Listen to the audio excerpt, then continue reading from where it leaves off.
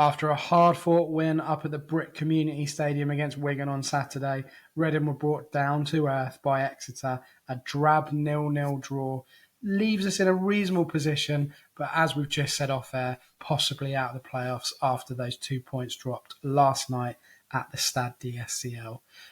We're back together, myself and Mr. Webber from across the oceans. We haven't been together for a while, have we? On the No, we pod, just haven't. me We're and you. We're keeping. always guests. It's true. We're keeping our special relationship alive, even if the country in which I'm living is throwing its relationships in the toilet. I'm still here, Tilehurst and listeners, and I'm still He's still pursuing fighting. Yeah, exactly. He's still fighting. Ross, are you gonna wish me happy St. David's Day? I didn't know this was a thing until earlier this week. So this is a thing, apparently. Happy St. David's Day to you, to Chem Campbell, to Billy Bowden, to Charlie Savage, to apparently Reading's dad now, Robbie Savage. Was there again last night. Apparently was chatting to the BBC Bark slot at halftime. So you're going to have to get in there, Ben. Your friend's been stolen. I think I'm going to have to, yeah. I mean, it to be fair, it was on Saturday, so we've a few days past. A bit like this pod, really. We always try and do, so when we've got the two games in quick succession, we always try and do it after those two games in terms of the bracket, because otherwise we end up missing the midweek game out. So it's quite nice to give you, we think it's quite nice to give you the analysis from both games. Before we move on, Ross, who is your favourite Reading Welsh player ever? Of all time? Not just now. Okay. Yeah. What's the name of that guy who left that I didn't even remember the name of? I think this is a tough one. You didn't know the name of? What are you talking about? The one we had a few weeks ago. I don't know not a John Rudge. That's a Port Vale thing. I don't even know anything Reading pre 2005. I don't know. Who's my favourite Welsh Reading player ever? Probably Chris Gunter. I'm kind of with you on the I like Chris Gunter train, really. I didn't really ever have any issue with him. I'm trying to think if there's anyone else that comes to mind. But yeah, I like Chem a lot. I think he's a good player. Good fun. I don't think he's ever been capped at the senior. I think he's under 21. I need to check. Yeah. I mean, Chris.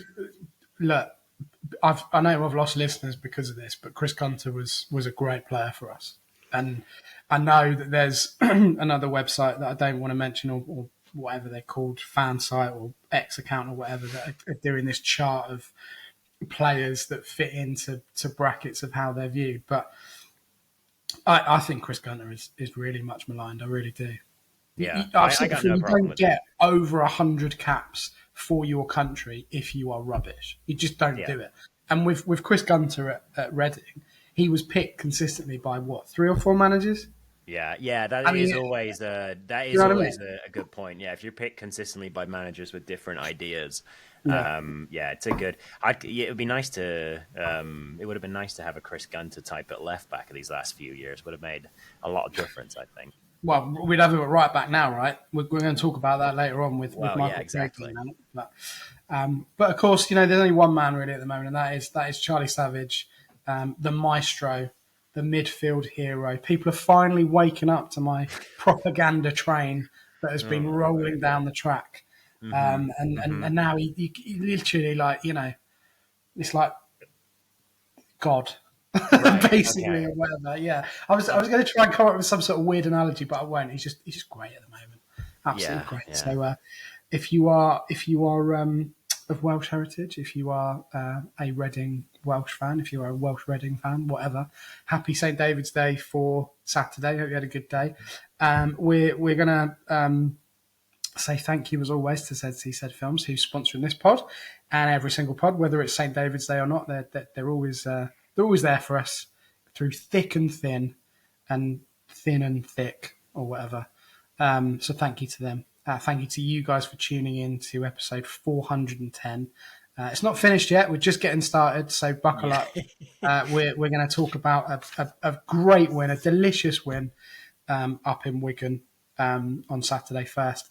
And then we'll talk about last night if we have to. We must, I suppose. We must. So short break, and then we're going to do the recap, a double recap, just for you.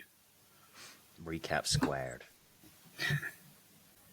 Welcome back to episode 410 of the Tilehurst podcast. Ross, before we move any further, are you gonna ask me how I feel at the moment? How you feel? What are you talking about? Like John Cena turning heel at the Elimination Chamber. Oh my word! I didn't You even didn't know about it? this. No. I saw Tyler Binden wrestling last night. Yeah. So I mean, who would win in a no holds cage match, whatever it's called, between Tyler Binden and John Cena? Do you think? Probably John Cena.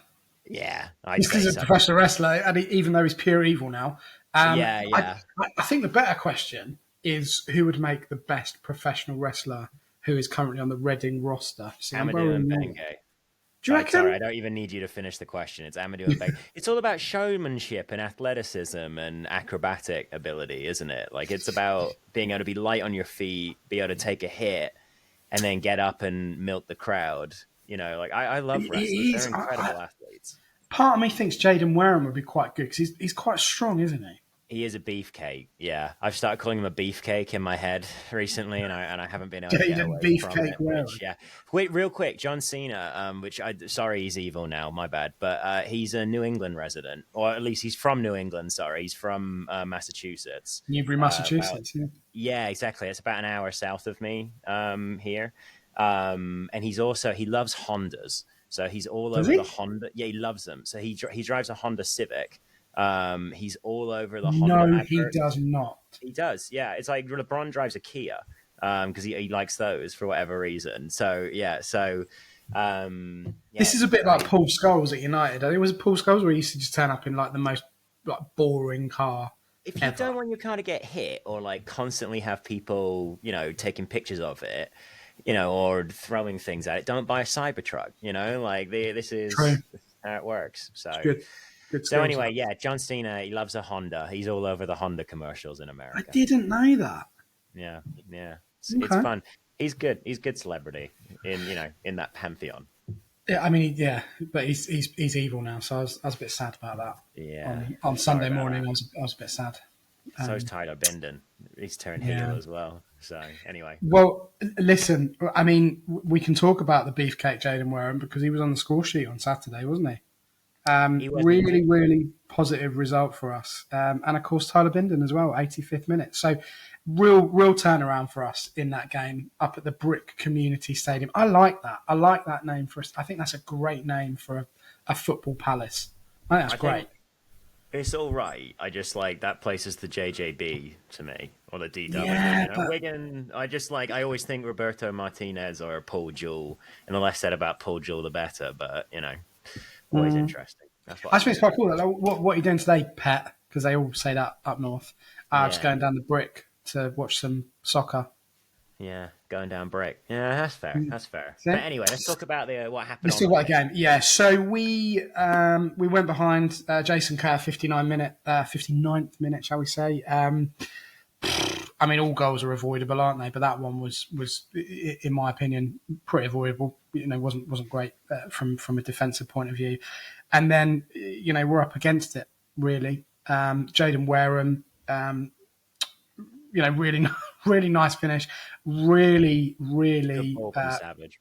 Yeah, great ball for Savage. But the thing about Wareham, and this is going to sound very Tim Pot, but the celebrations are great, right? There's a real joy in those celebrations, and that's a really nice thing to see from a fan's point of view in terms of scoring a goal and then celebrating in that way, like a little bit of showmanship, a little bit of athleticism, or a lot of athleticism.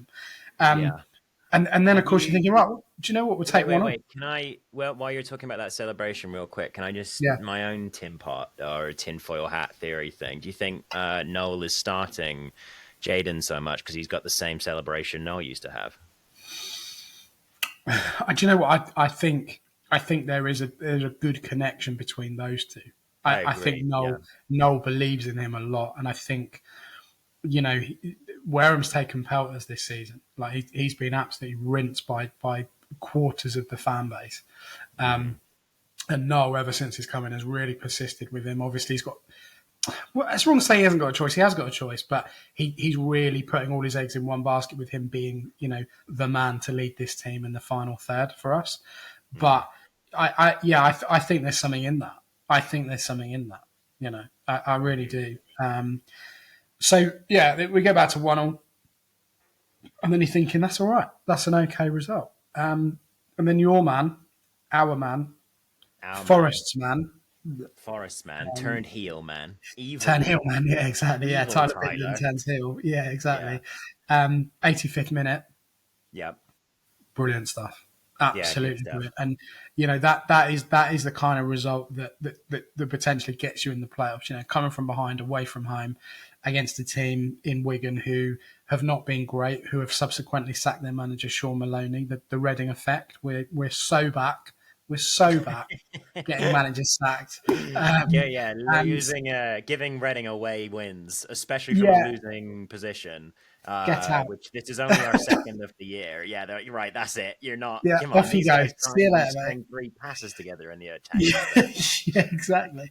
Yeah, But really, really, really good result, Ross. What did you make yeah. of the game itself? Yeah, I agree. This was a good result. It was good to see Reading again kind of try to just go into an away game with something of like a sensible plan whereby they just kind of keep it kind of solid. They don't let too much happen at all throughout the first hour of the game. But I think that it became quite clear that even when Wigan scored before us, that we were the better team. We were producing more. I think Wigan. So we talked a little bit there about how it was a good pass from Savage into Wareham for Wareham's goal. The reason he was able to do that is because Wigan were just leaving far too big spaces in the middle of the pitch. They was causing them huge issues. The way that Wigan were pressing was having two wide forwards going really high, and I think they were probably trying to disrupt us passing from like Mbenge to Rashisha or from Bindon to Garcia to stop us going down the wings that way. But the problem with that is it left a huge amount of space for Wing and Savage to just wander into the middle, repeatedly make passes straight through.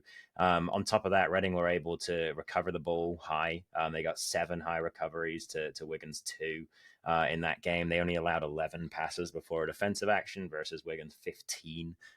So they were really on top in this game. One thing I will say, though, is that before Akonde came on, I think they were struggling to kind of put it together in the final third. And I think that Akonde made a difference in that game.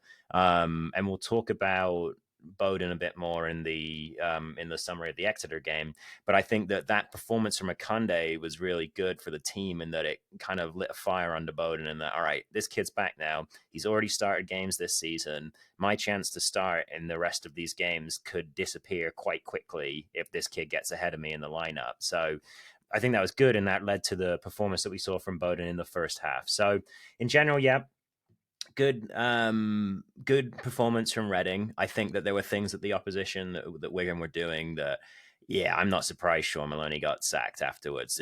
It was tactically inept, in my opinion. There were just huge holes that Reading, there, like we've talked about, there is a way to beat Reading. The way to beat Reading is to give them a lot of the ball, but don't allow Lewis Wing to have it. That's what Exeter did to us last night, basically, after the first like 15 minutes or so. And Wigan just did the opposite. So if you do the opposite against, arguably the best player in the league, and then his decent supporting cast of midfielders around him, you're going to have a bad time, as the kids would say. So yeah, really good performance from Reading, but really good to see them come from behind. But yeah, I do think that Wigan were really poor. I mean, there is a newfound resilience away from home since Noel Hunt has come in. We've looked a lot better and statistically have picked up more points away from home under Yeah. Noel Hunt. I believe I don't have the figures because I'm a lazy co-host and didn't do the research, but I know that we've done better away from home than we did with Sellers. I think we will have done now that we've got that win, yeah, Yeah. possibly against Wigan. But again, obviously we'll get into Exeter too. But I think the same things that make us pretty solid, pretty good away from home, then become issues when we play at home against weaker opposition, basically. Well, I mean, on those issues, we've got massive ones, large ones at right back. Large Michael Craig issues. is out for the season. If you're one of those people that relies on this pod to give you breaking news, then breaking news: Michael Craig is out for the season. He will not be returning. Whether or not he returns in a Reading shirt, full stop, remains to be seen. He is one of the out of contract players that Ross ran down. I think the pod before, I don't know, the Sometime pod recently. previously, yeah. Yeah. But he is out of contract along with 95% of the playing squad we have currently. I mean, Yiadom came back and played 20 minutes, 22 minutes on Saturday. Yeah. Rashisha was the go-to man on in the lineup up at Wigan. What are we going to do about the right back spot? It's a problem because, like we just said, teams often like to stop Reading giving the ball to Lewis Wing, and Michael Craig was one of the players that Reading would go, okay, fine, we can go through him instead. He was really making a difference. He was really connecting well with Chem Campbell down the right. I don't think he was perfect. I think that Reading's chance creation all season has been a bit hit and miss. But I do think that when Wing wasn't able to have, a more influential game, I think Craig was one of those players that really was able to step up. So, yeah, it's not ideal. It's certainly not ideal to have that there. I'm just going to, I know we've got a bustling mailbag later, so I'm just going to pull out an email now, which is a little bit Yeah. out of order. But Well, it is out of order, but I'll let it pass this one. Thank you. Yeah, it's Alex again. Alex is back. Wrote a good article last week, so go check that out. But he says that it was strange that with no Craig available and inevitably Yiadom planned to come on at some point in the second half, we started Rashisha instead of Ahmed or even a Brafer. I think that Rashisha starting ahead of Brafer is madness to me. Yeah, okay. I think Rashisha has earned a go, and his contract also ends in the summer, so the club needs to have an idea of what they have with him. However, I do completely see where Alex is coming from. I would probably prefer to go with a Brafer. A little bit of it comes down to what you want from your back four when we move up the pitch, right? Like, does playing Rashisha mean that Garcia can go and play silly buggers, further up the field? I was looking at the defensive actions for Reading, the chart, which, by the way, I put this on Bluesky. This guy called Ben Griffiths does incredible data work for League One as well as all of the big leagues, obviously. You can actually go in there and see Reading's pass maps. You can see where they're making dangerous passes from. You can see their passes into the final third. All of these kinds of things, which is... Talking of analysts, haven't we got the analyst for... haven't we got him coming on pretty soon? Well, it's a different analyst, but we will... Yeah, I know, but just ballpark. Met an analyst lad who is interested in coming and chatting with us. Yeah, I think so.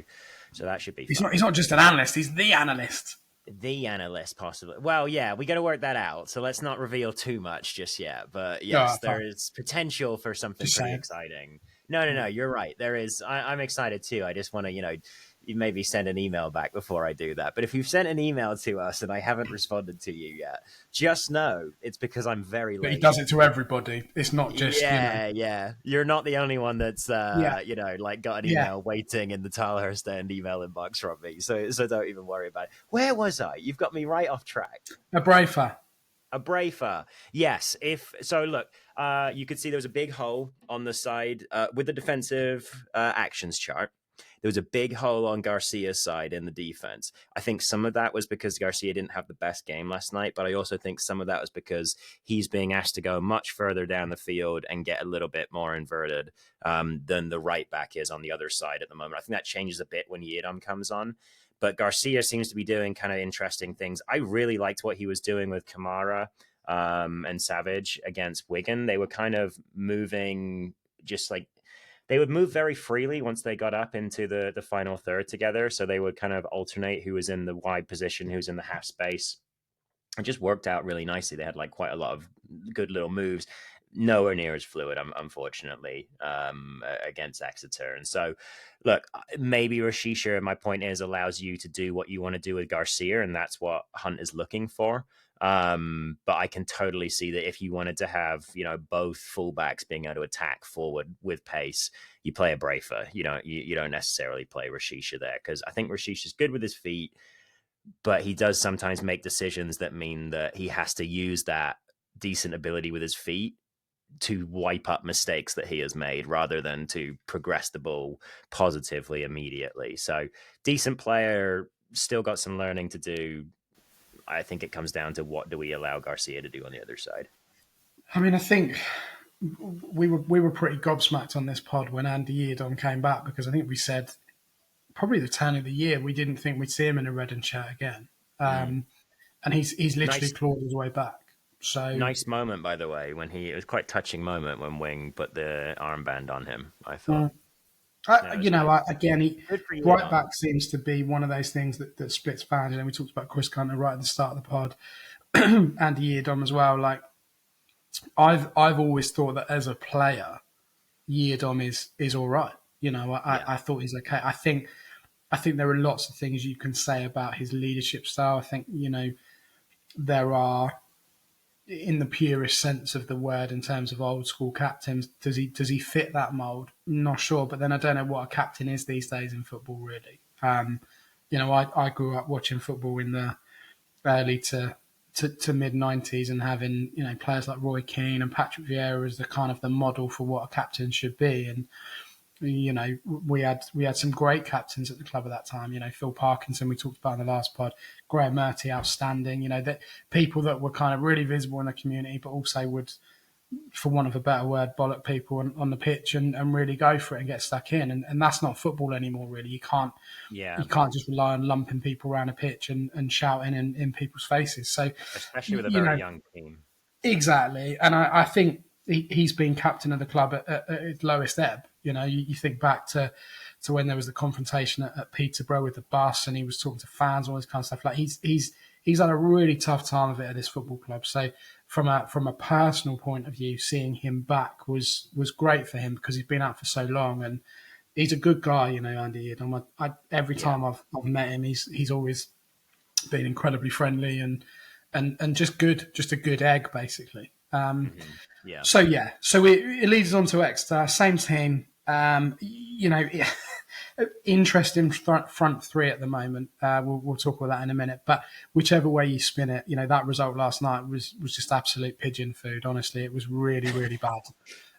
It's 2 points dropped. There was all this excuse about players being tired and all these theories and stuff. But ultimately, if you want to get in the playoffs, you need to be winning those games. And you got to be Exeter and Shrewsbury at home, basically. Have to do it.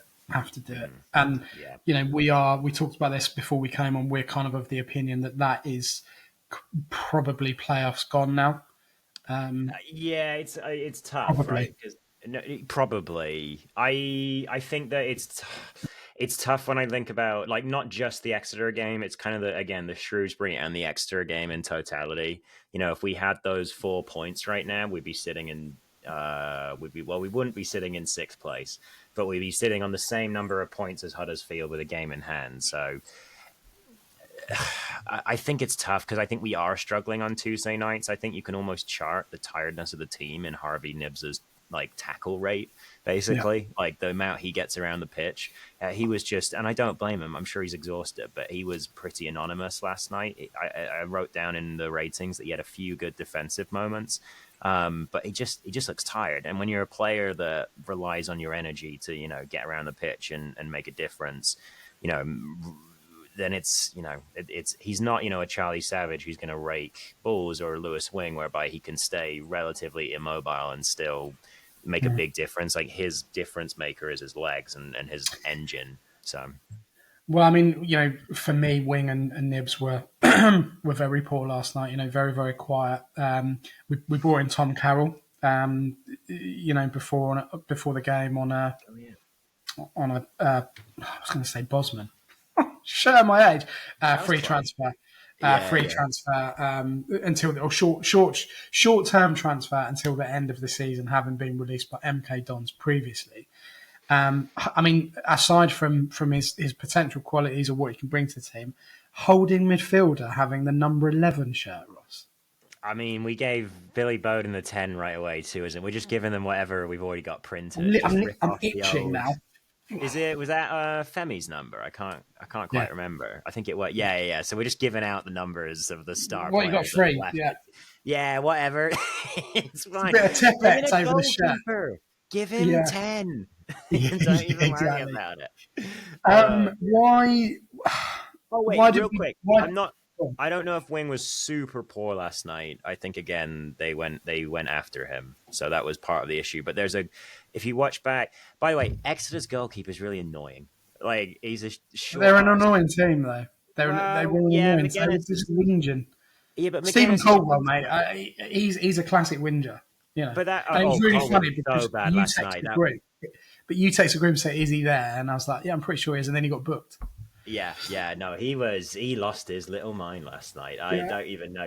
He was like trying to start a fight with the linesman at one point. I was like, look, mate, you know when you've had a bit of a paddy, and you know that if you climb down now, you're going to look a bit silly. So you've got yeah. to keep the paddy going so that it looks like you're not, a complete Just idiot. go I and think kick a bottle, mate. go Yeah, and kick a ball. Yeah, like literally. I think I wrote.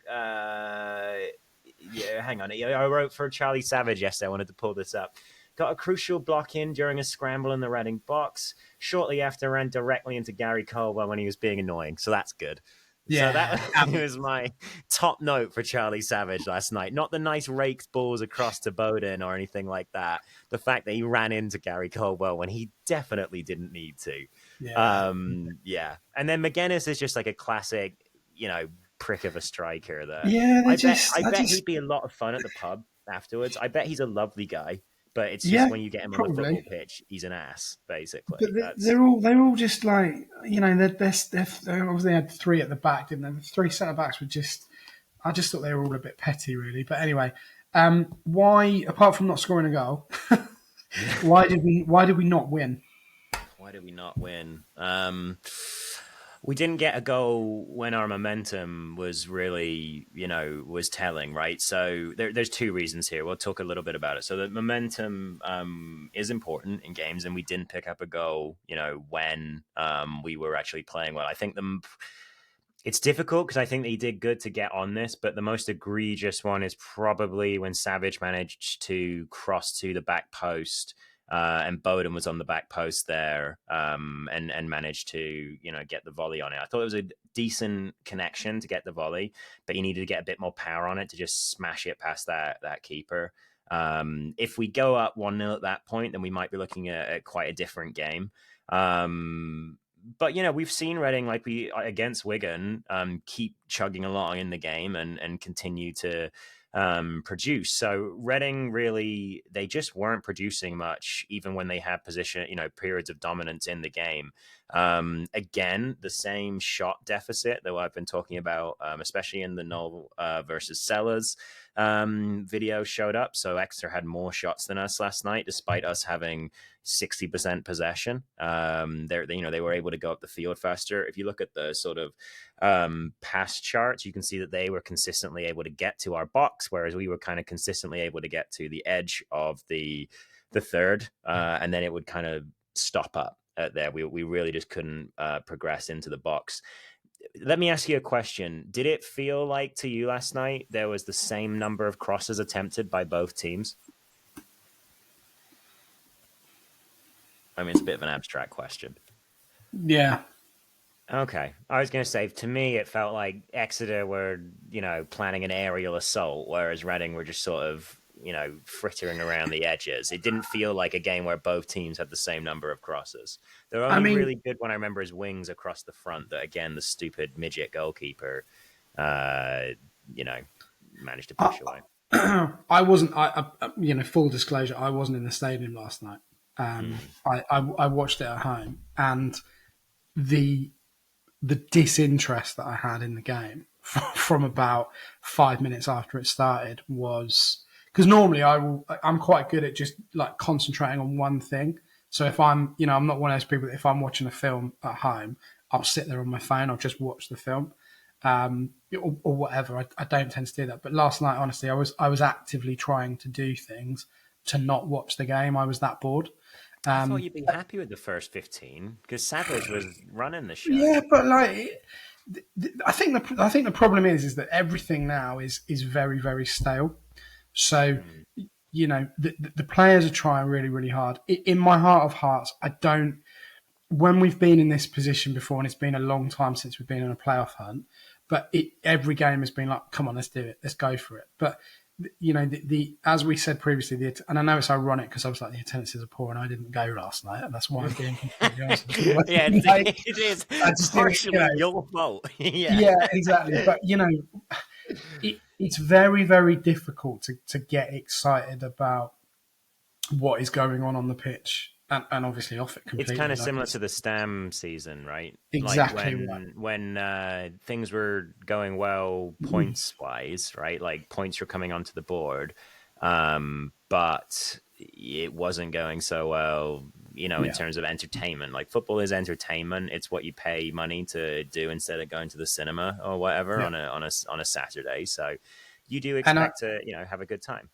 I've watched some absolute rubbish from Reading. Yeah, Like I've watched this under Nigel Adkins, right? So I know what's bad. I've seen this under Brendan Rodgers. I know bad Reading teams. yeah, And I can see the endeavour. I can see the desire. I can see the commitment. I can see the want to get points on the board and do well. And as I've said previously, like I like Noel Hunt, I do, but I feel very much worn down by the whole process in I terms of off the understand that. field stuff. And I was It like, you know what?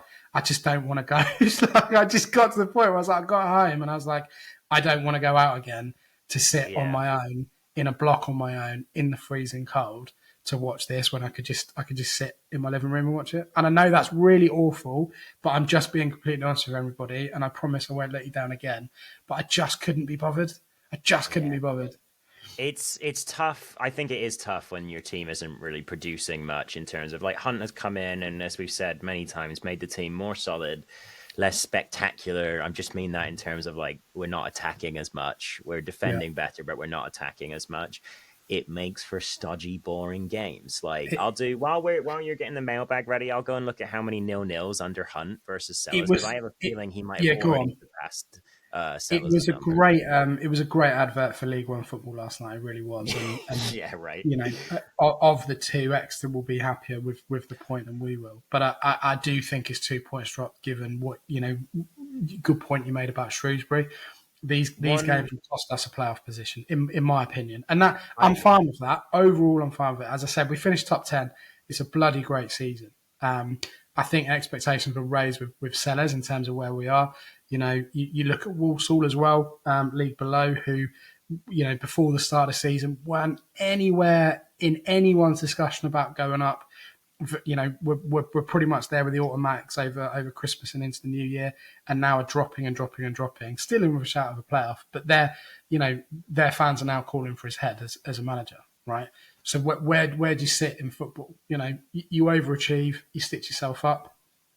It's the way it is, and I think for Tricky. us, and we've got a really big question after the mailbag that I'm going to pose to Ross and to you guys listening, really. But where we are now is not the worst thing in the world. It's not. I was thinking that as I was watching Exeter yesterday. I was when we went. One of the main things I was thinking when I was watching their team play and the energy they had yesterday, I was like, "This is the position we've been in the last few Oh, years. yeah, for This sure. is where we've been. Like we have not been the team. We have not been the fact that we're getting annoyed about the fact that we can't beat these easier to beat teams at home shows how far we've come in the last year." And Yeah, it's tough because, like football fans, including myself, are impatient. They want things to move even faster. But yeah, compared to last year, compared to the year before, it is quite a lot. Last quick thing on the fact that we don't create a whole lot anymore. Sam Smith, for everything, Who? for all of the chances that for all the chances that he missed, he still scored quite a few chances, and on top of that, he generated a lot of XG by himself. He was the one that would actually get the shots off. So losing him, I think personnel wise it's been an issue to deal with. So yeah, I sympathize in that regard, but would like to see the team be a bit more expansive at home. I think it's been an interesting couple of games, really. I think under Sellers we would have lost the game against Wigan, but under Sellers we would have won last night. So Yeah, it's one of those 4 points out of 6. Like in football terms and in normal terms, that's all right. But I do think had we won last night, we'd still be going, okay, playoffs are looking strong. But now, I know it's only 4 points, but you look at the teams and the quality that they have and, the kind of form they're in and all this kind of stuff. I think it's going to be very, very difficult for us now. But I might be wrong. I hope I'm wrong. I would go up. But anyway, that's by the by. We're going to move to the mailbag. It's bulging this week. Incredibly, people got loads to say. It's weird how it flicks. Some week you can hear when we beat Wrexham next Tuesday, you'll be saying we're right back in for the playoffs. Yeah, smashing it. Well, when we go to Crawley, the worst place on the planet, and we beat them, right, 6 points out of the next 2 games, we're back straight in the hunt. Exactly right. Call this the fickle club. Yeah. Right, we'll be back. Welcome back to episode 410 of the Tilehurst podcast. Sorry for the pause just then. I pressed the wrong button and I was trying to talk, but I was on mute. So that is why there might be a slight pause, which probably will be edited out by the time you actually listen to this. So yeah, right. Mailbag is really, really full. Before we do that, people watching on YouTube, because we are on YouTube, you might have seen that I like to drink a lot on this pod. And when I say drink a lot, it's not all alcohol based. So I started with some water in a glass. Okay. It's pretty much done. And then I had a sugar-free can of Sprite. Okay. And now I've moved on to this. And this, I don't know if you can, well, you can see this, Ross. People that are listening audio can't. So this is from Phantom Brewery, which is just down the road from me. And what they've done is, I don't think I'm allowed to say it, but you can see what film that's supposed to be depicting. And it's a pale ale at 4.7%. It's called Boat. And it's absolutely delicious. Absolutely delicious. So if anyone's listening from Phantom Brewery and you want to send Ross some free beers, just do it. And we'll big you up. If you're not listening from Phantom Brewery, but you do live in the Caversham, Tilehurst area, get down there because it's a really great place. And they show rugby on during the Six Nations. So, yeah. Right. Advertising done. Well, you have worked out. Now that you've done the free ad read, I've worked out the 0-0. The synergy is unreal on this pod. It's like we're on a link or something. Yeah, go on. All right. So I wanted to see how many. I was like, I think some people are calling it skeeting on Bluesky, but the less said about that, the better. Yeah, bad. Anyway, I think I made a post last week that was like, loves a 0-0, no Hunt. Yes, the science says he does indeed love a 0-0. So number of 0-0s for Sellers in his entire time, 2. One against Burton very early in his career, and then the Brighton under 21s game in the Car Cup where we went out on penalties. Hunt is already on 4. There you go, doubles. Yeah, so snake eyes for Hunt right there. So Hunt, including 3 in his last 6, have been 0-0. So not only has Hunt already doubled Sellers' number of 0-0s, he's accelerating the number of 0-0s that Reading are playing in. So exciting stuff. Get down to the stadium. I mean, mate, if we're not selling tickets on this, then we're not doing anything, are we? Right, what did we actually ask? So what went wrong against Exeter? How confident you're feeling about playoff charge? Literally anything else you fancy bringing up. And then there was some filth slander from Sim about me not writing the tweets.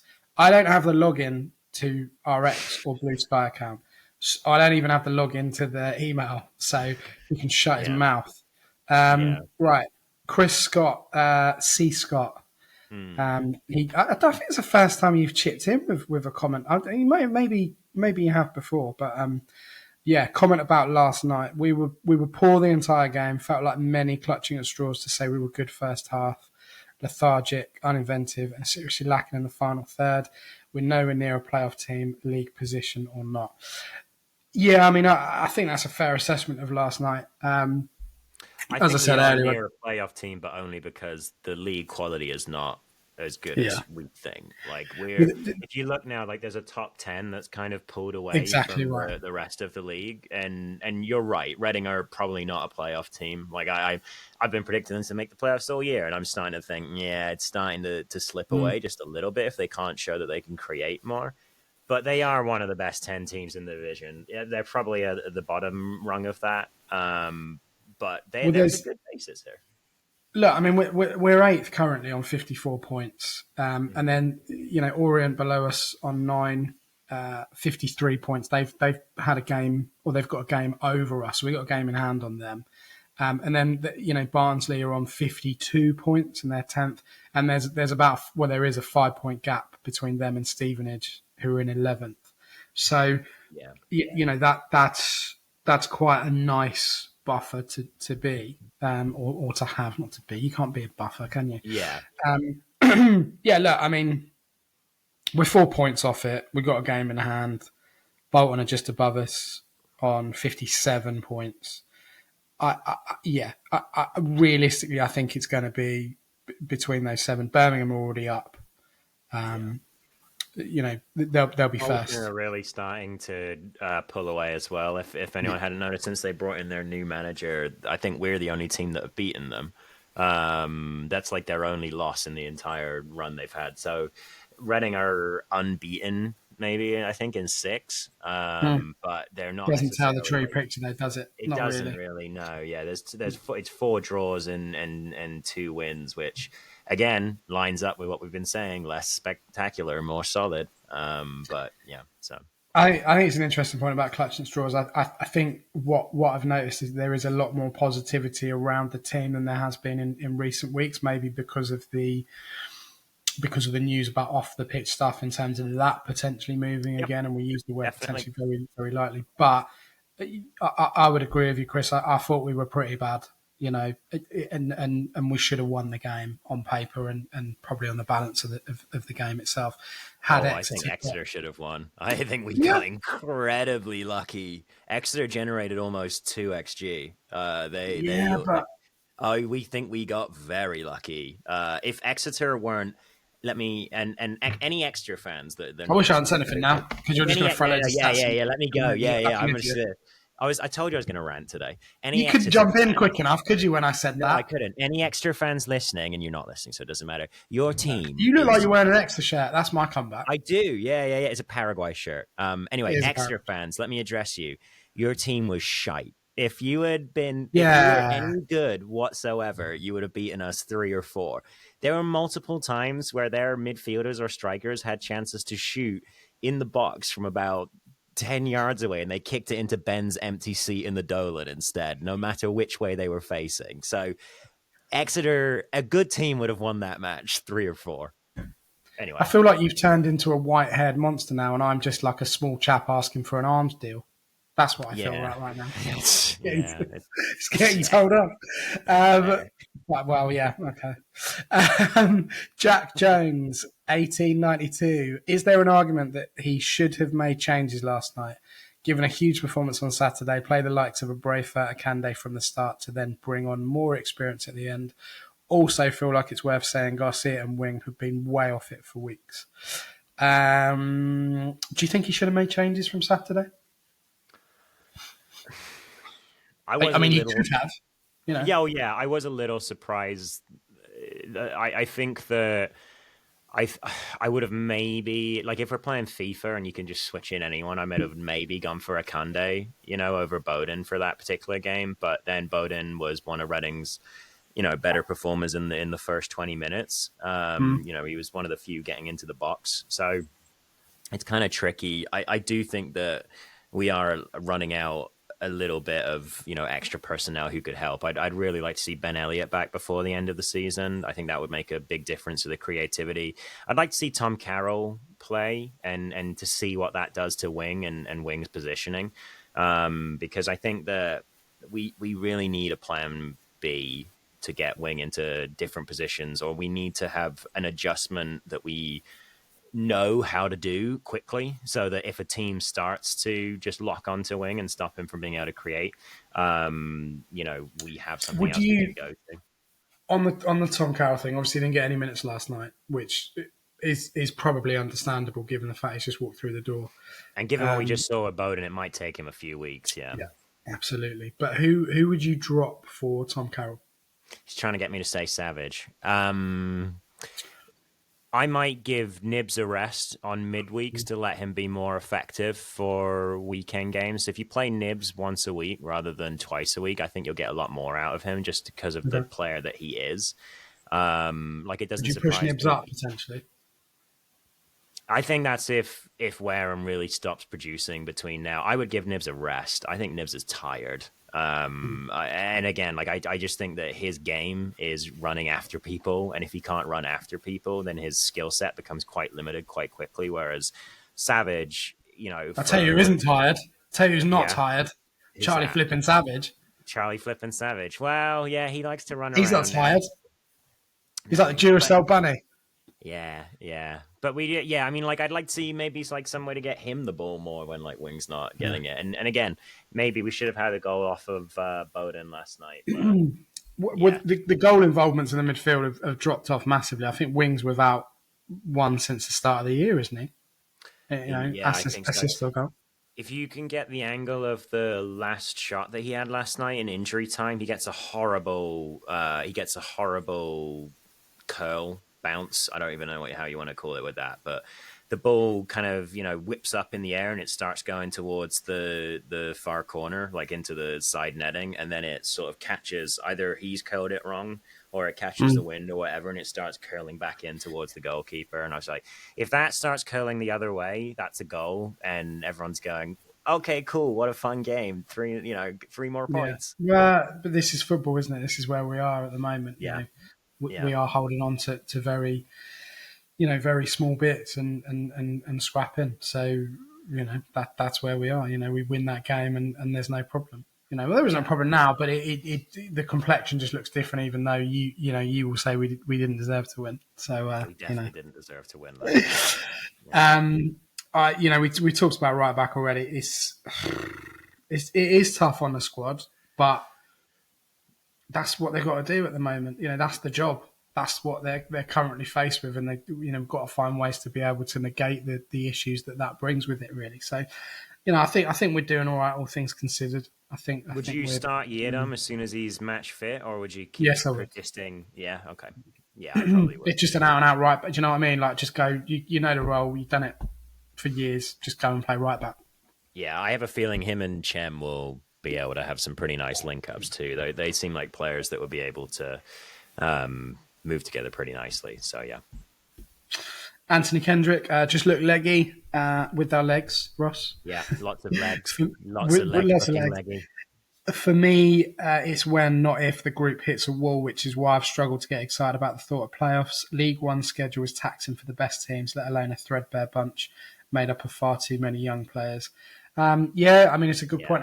I've said before, the most frustrating thing for me with any football fan is when they talk about league games, it was a game too far. Well, it's not, is it?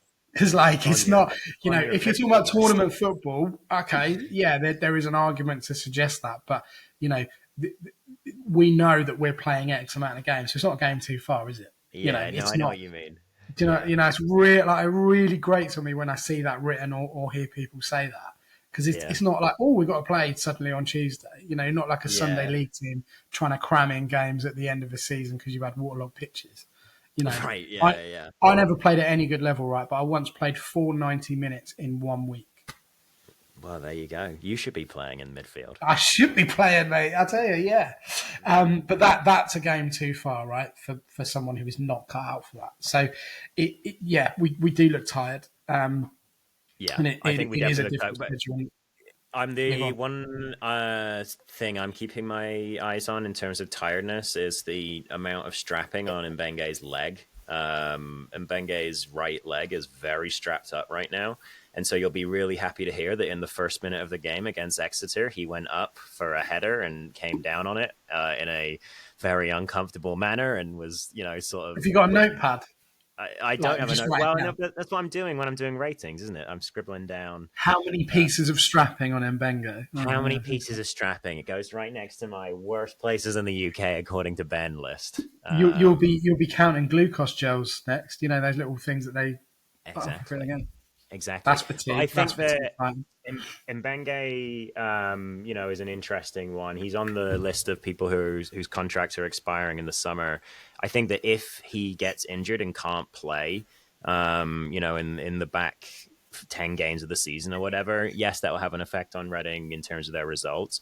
But I think it's going to be quite interesting for us as fans because Mm. I don't know who the successor to Bindon is right now. I think that there have been some guys that have I come and don't. I shown don't want to think flashes. about it. Quite No, I frankly, I know. don't I think want to there's think been about it. guys that have shown flashes of ability, but nobody's really No. consistently been the guy yet. So, and maybe Mbenge's not even here. So I think that there is room between now and the end of the season for a centre back to kind of make a claim that, hey, I should be one of the people starting Yeah, come yeah.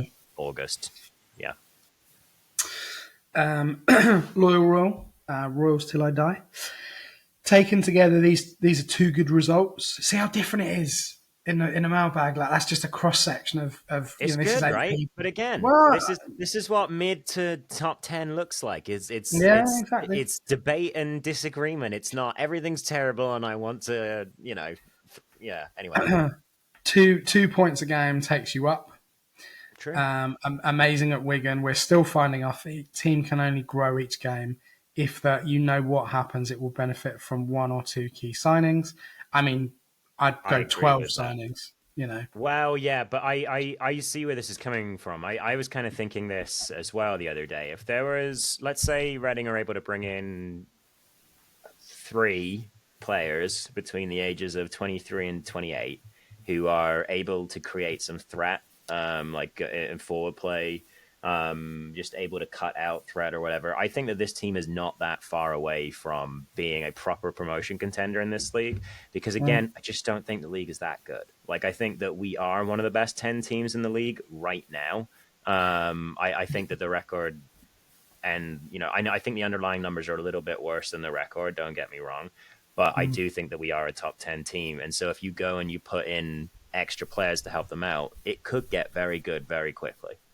I mean, you look at the championship relegation picture at the moment. There are some proper big teams in that mix. You know, Yeah, like yeah. they come down. You're like, it changes the complexion of the league hugely. Absolutely blows it out of the water next season. Well, we thought that about Rotherham, though, right? Like Rotherham, we thought were Yeah, going I to mean, come down, and they spent money, and we thought that they would be able to put on a decent performance. I think there's been quite a few larger teams this season that haven't really performed. I think so. well, Huddersfield and Birmingham obviously have come down, and Birmingham are just a bit of a different case. I But mean, yeah, this is the mix at the moment, right? So from the bottom up in the championship, Derby, Plymouth, Luton, Cardiff, Stoke, Hull, haha, and they pulled Oxford. clear though. Oh, and Hull, Portsmouth. yeah, But I mean that's a lot of apart from Oxford are in Oxford, free who are a fall as complete well. waste of time and a pointless club, and no one cares about them except people from Oxford, and even Yeah, then, there's about three. yeah. There are some big clubs there, Yeah. some Yeah, really but big clubs. Derby, I mean, like have been in this division, in recent history. They're still rebuilding, and I mean, I Luton are the mean, one that is really interesting. Like and they Cardiff. could collapse. I mean, Cardiff have been having issues for 5 years or so, but But imagine the Aaron Ramsey in League One. Imagine. well, I can imagine that. I feel like yeah, they're loving it these days. But this is the thing with the championship; it's getting better and better, like every single year. It's tough to predict. It It always is. has been. But yeah, I shouldn't talk about the championship. That's looking too high. Yeah. And come what may, Watford are still 10th in that league. Yeah, So I it think just goes to show, doesn't it? I like that Tom Dele-Bashiru has become like a solid championship No, player, but I like good that. player. I like that. Good player. Yeah, good player, nice lad. Like just does his work, but also a little bit of skill. Like yeah, and A he's great always got a name good as well. haircut. Great Yeah, name. Great great name. name.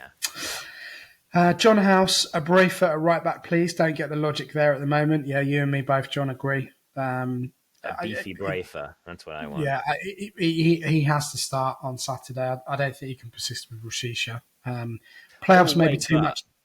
Rishisha, real quick, watch his Mm. TikToks because they're funny. I No, I like them. don't. I don't look at TikToks. I'm not Doesn't 12. matter. Go find them. You can get them on Google if you're an old man. So just like type in Tivonga Rashisha TikTok, and he likes to review clothes. He wears women's t-shirts and various other things from the women's section because he says they fit better. So if you're looking for fashion tips, Tiv Rashisha is the man for you. Is what I'm saying. Playoffs may be too much given squad size, current injuries, and lack of senior players. When is Elliott back? It's been 12 weeks. I mean, it's been a long 12 weeks without Ben Elliott. That's a really funny comment, by the way. When is Elliot back? It's been 10 weeks. That's got really good. Are we there yet? Vibes about it. Dude, I suppose it was more the way I read it. I just didn't even look at it. I just read. It was just like, that I actually, feel like that too. I feel like that too. Where's Elliot? Bring him back. yeah. Where's my flipping dinner? Yeah. It's been hours. Right. When we get Elliot back, it's clear that he's been on the hot plate for, like at least a half hour. Yeah. He's been fried in a deep skillet. Yeah. I don't know. I haven't heard anything about him coming back. Have you? No, I haven't either. He seems to. It's like he just forgot about. Like No. I just imagine he's still on a pitch somewhere in Bearwood, just running. He's under contract, so I'm not worried about it. He can't leave. He can't leave. Yeah, No one's leaving.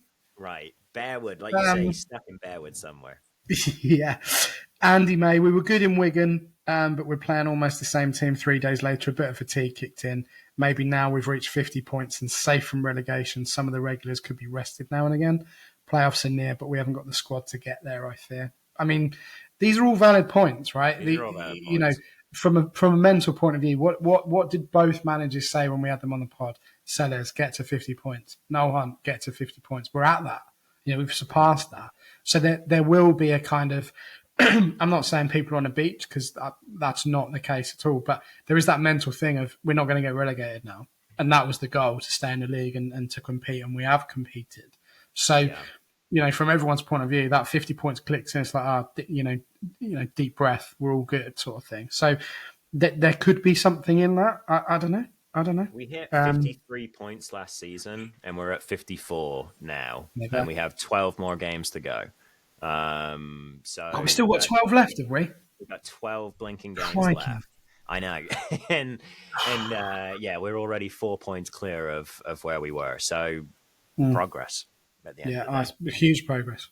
And on nothing. So, we have to be. That's a really good reminder, actually.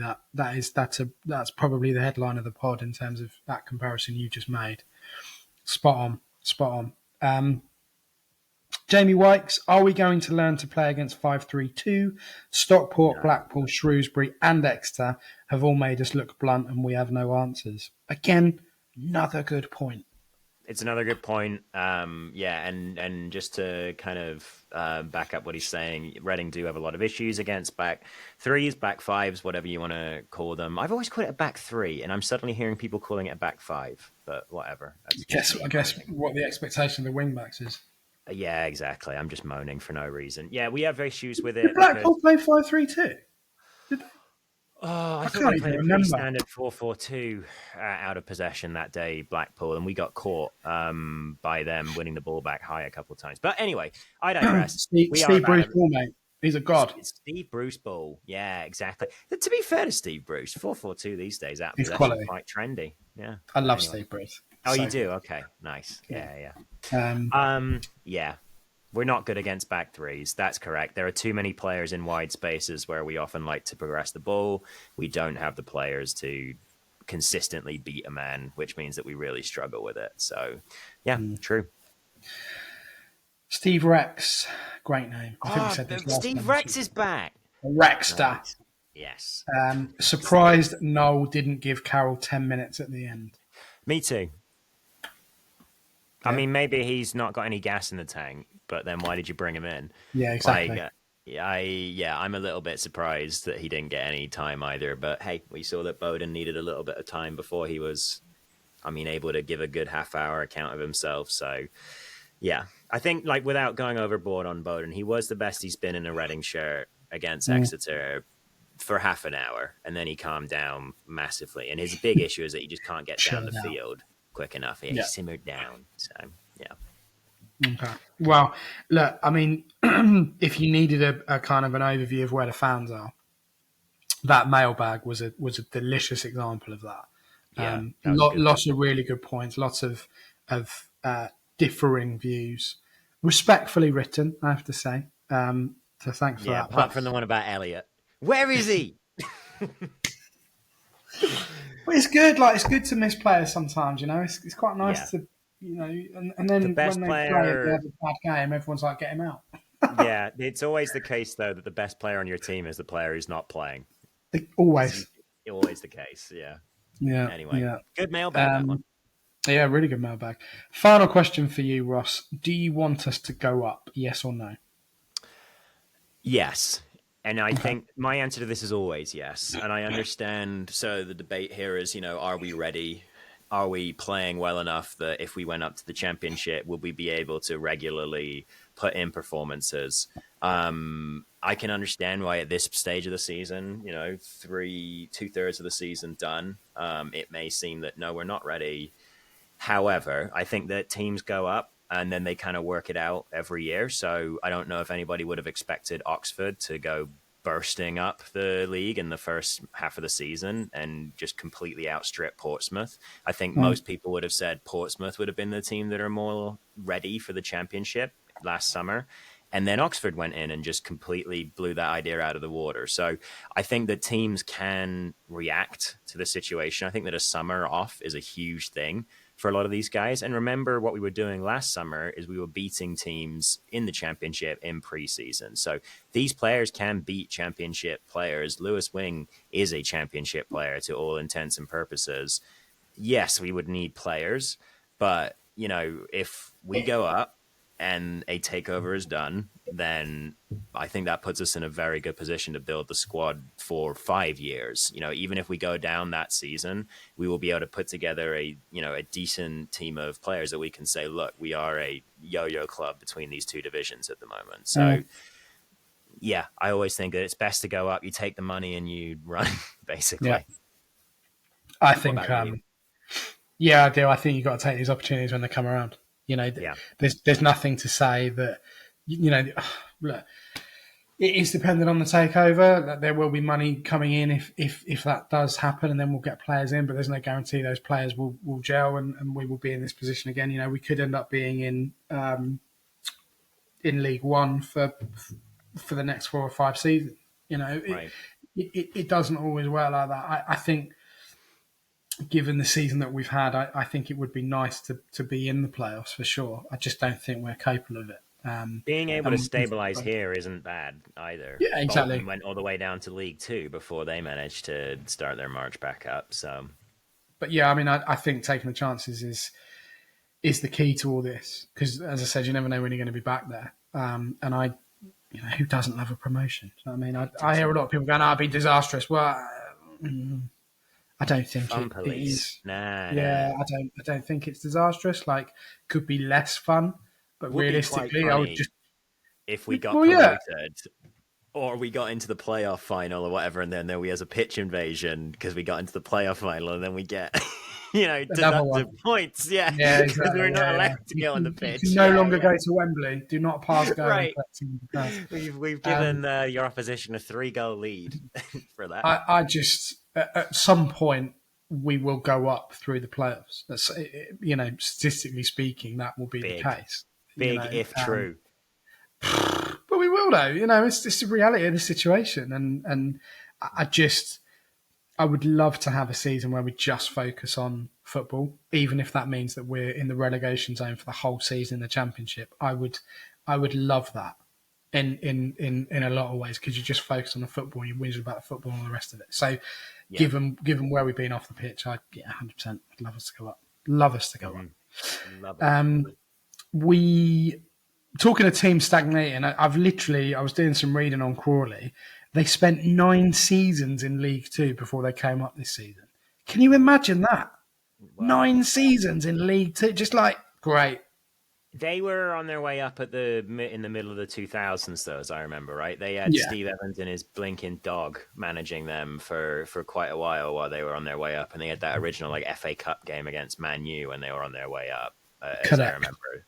Yeah, Yeah. so they are kind of like a smaller club. I feel like I kind of have them in the same level as Stevenage. Anyway, I'll slag them off in the preview.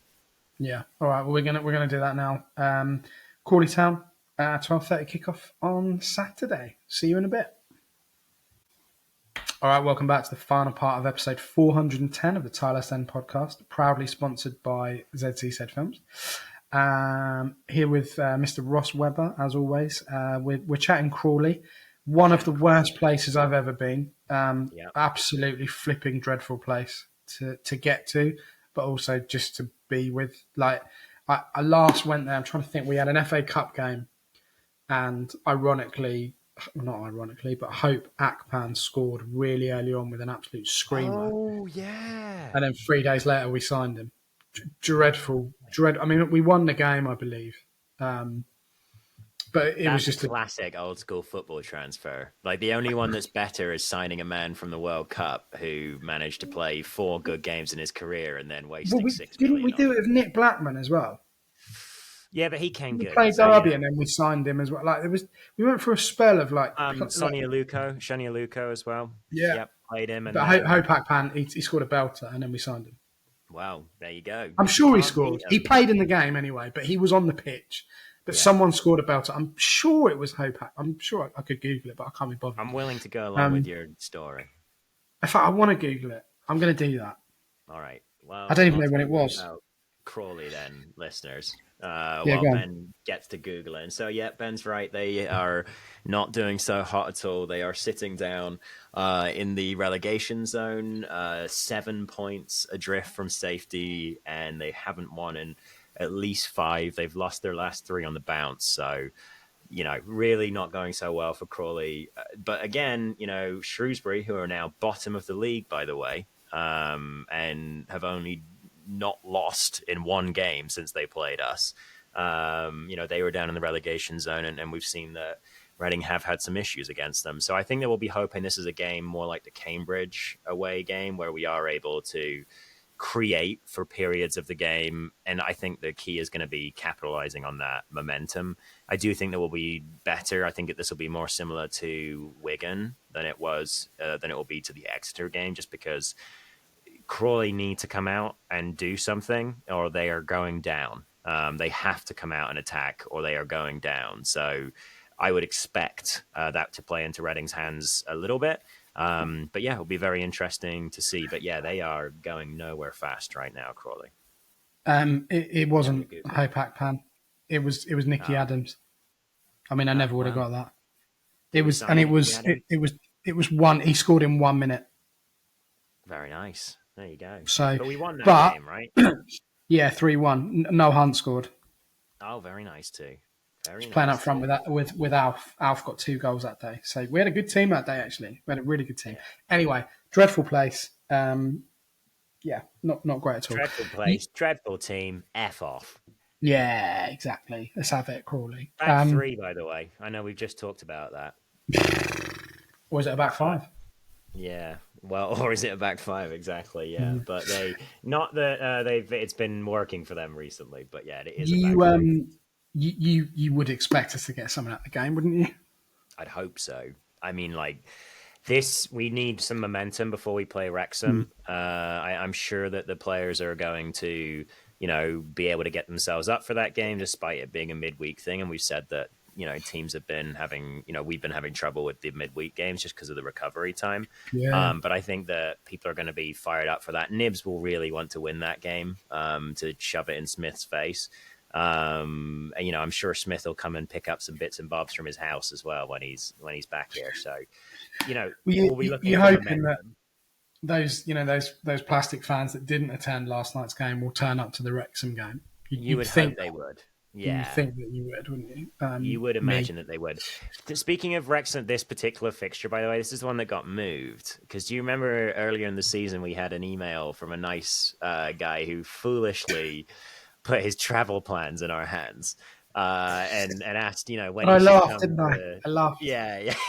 When should I come to Reading, for a game or whatever?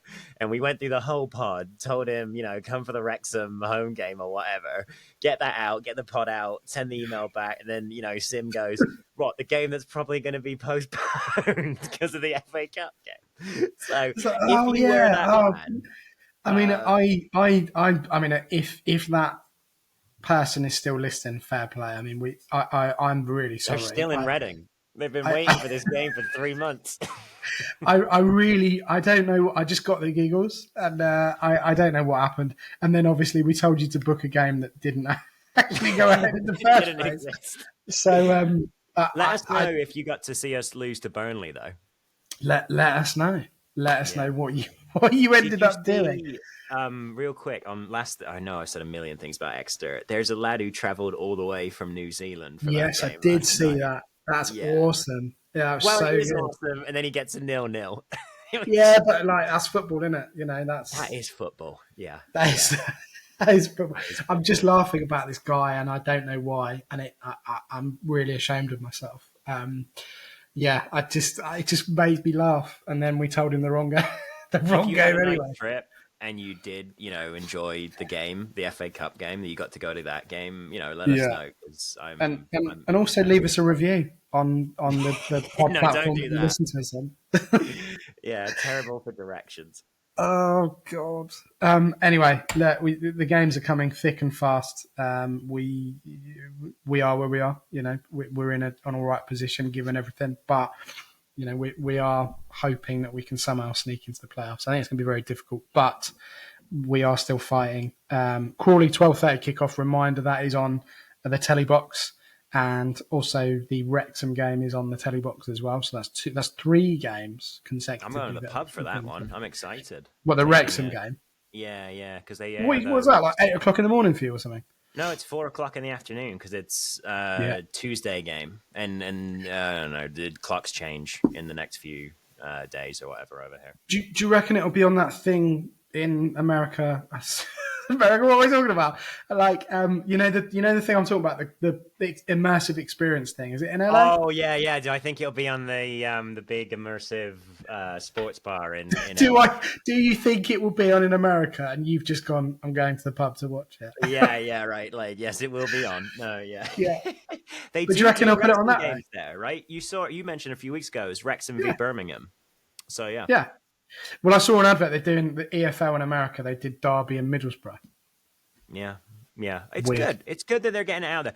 Do you know why they're doing that? I'll do it. I'll give you a very brief summary. But there's the Hearts of Pine shirt on my wall here, who are starting in USL later this year.